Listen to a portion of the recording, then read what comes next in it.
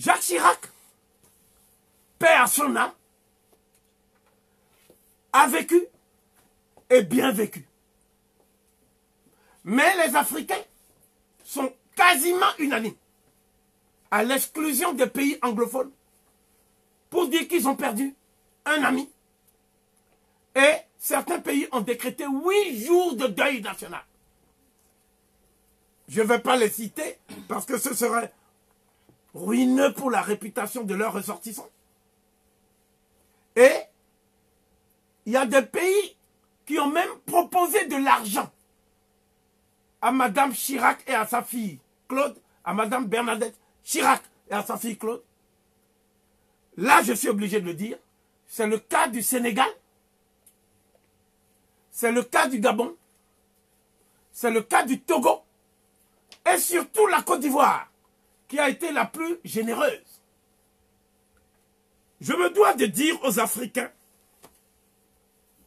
que le concert de dithyrambe et de louanges qui a accompagné en Afrique francophone, ou dite francophone, on appelle ça l'Afrique sous tutelle française, qui a accompagné donc l'annonce du décès de l'ancien président de la République française, Jacques Chirac.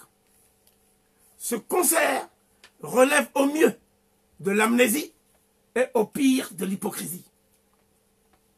Sous l'impulsion de Georges Pompidou, le jeune énarque Jacques Chirac a intégré très tôt, à l'âge de 28 ans, les réseaux Focard, dont il est demeuré un des piliers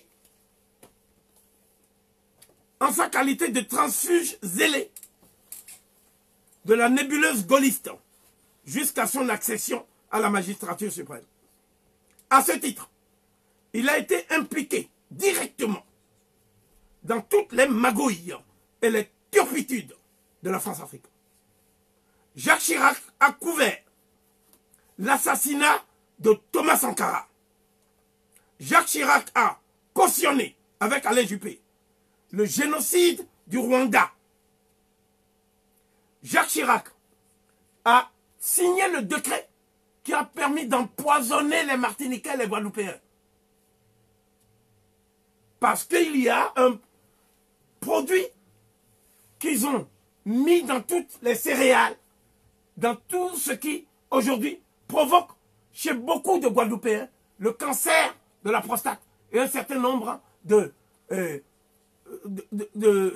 pathologies.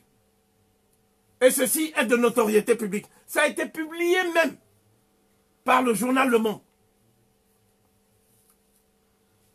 Jacques Chirac a reçu le plus bel hommage à titre posthume de Henri Konan Bédié, qui le remercie de lui avoir sauvé la vie lors du coup d'État fomenté par la soldatesque dirigée par Feu le sergent Ibrahim Koulibaly.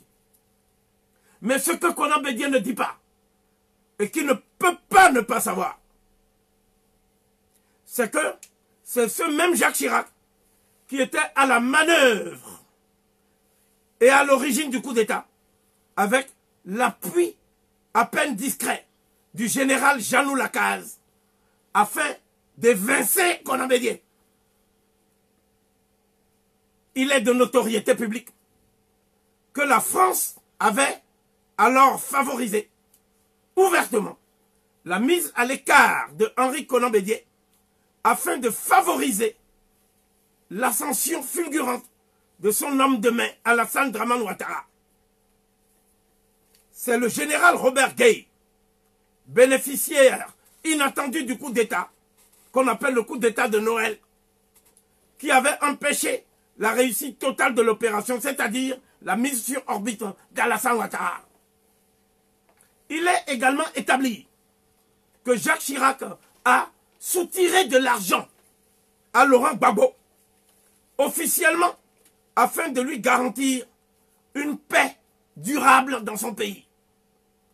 Jacques Chirac était donc et est resté, jusqu'à son départ de l'Élysée, tout au moins, au cœur d'une association de malfaiteurs corrupteurs qui avaient pris l'habitude de rançonner les présidents africains du précaré français, président dont la générosité légendaire selon lui, selon ses propres termes, Jacques Chirac, était connue de toute la classe politique française.